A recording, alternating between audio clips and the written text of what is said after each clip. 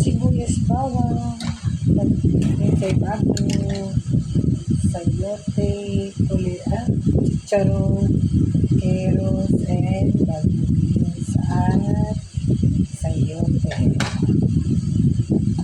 This is the ripol.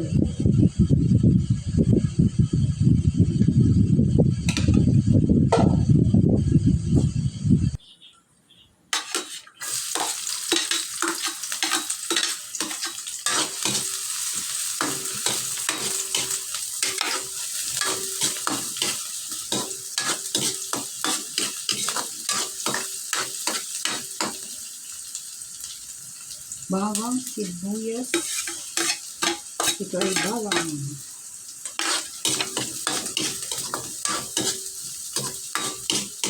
Sarap maraming bawang.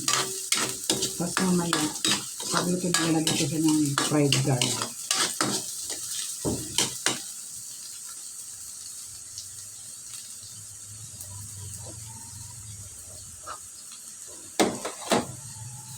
Ito na yung pinalambot kong puso ng manok.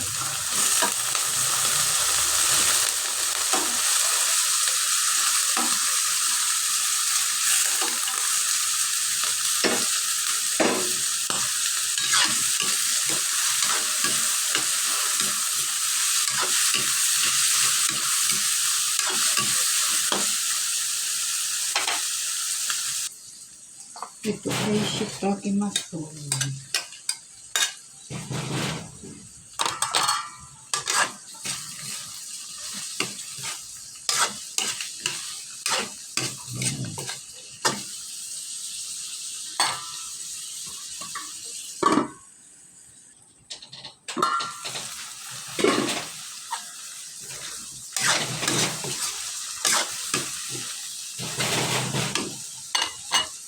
Tingnan natin ang ating sayote.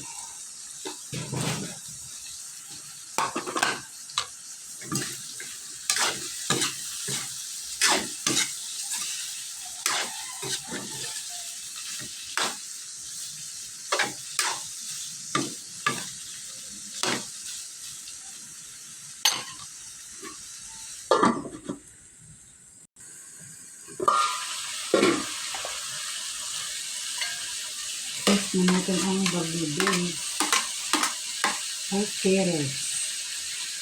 Mamaya na ang chicharon. Saka yung broccoli at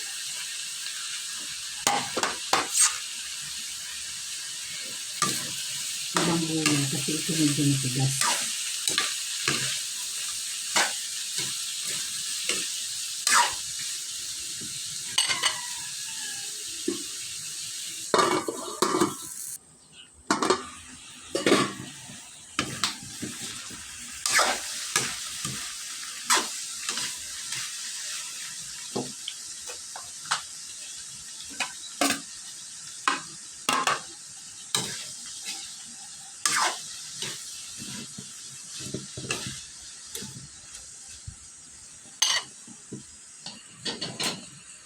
Kung hindi pa kasi yung gulay ko, hindi pa binabalik ng aking palyasi. Oh my God. Ganyan lang.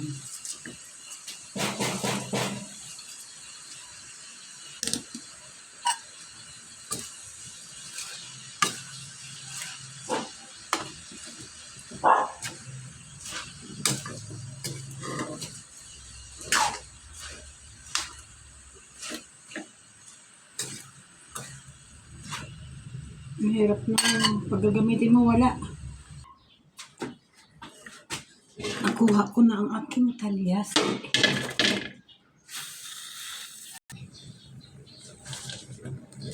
Repolyo.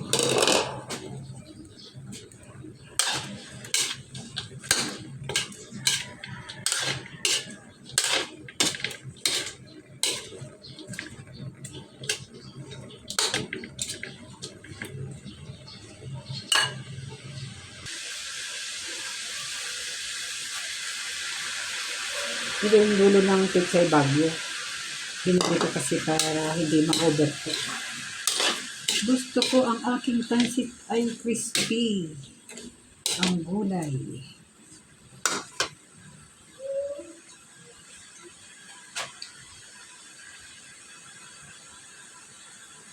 So, hindi ako naglalagay ng toyo. Minta. Hindi ako nang may toyo na pansit. Kasi pag lumamig siya, umaalat.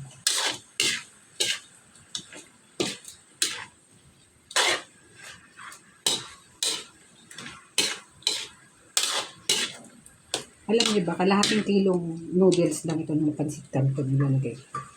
Gusto ko madaming gulay. Ito yung pinagpakuluan ko ng Ricardo.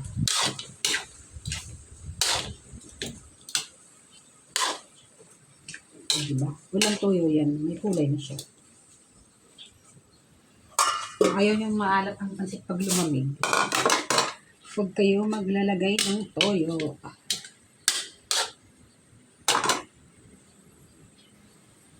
Ito yung panimpla ko. Brown sugar.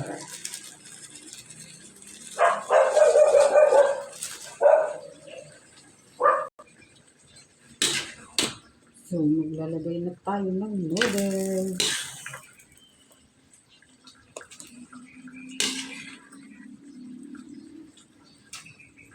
Kalahating kilo na ang aking pansit canton.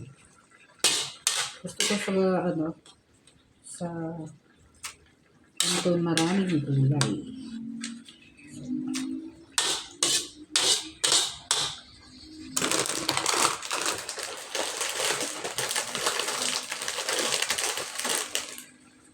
Tinagkay.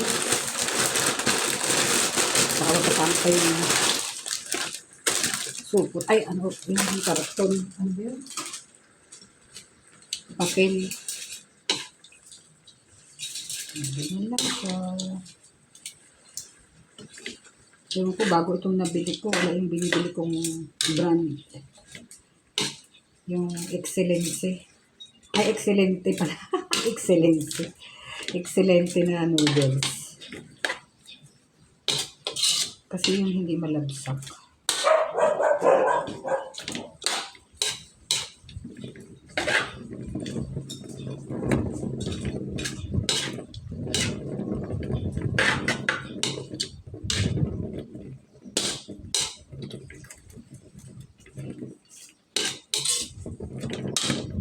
Parang hindi na makikita mamaya yung noodles dito.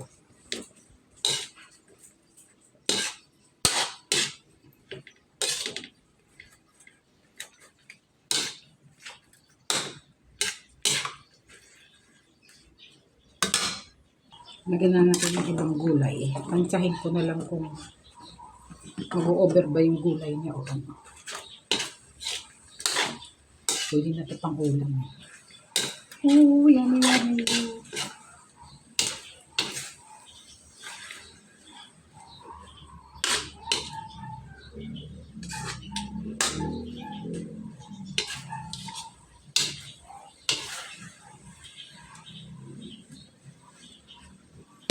Yan na yan.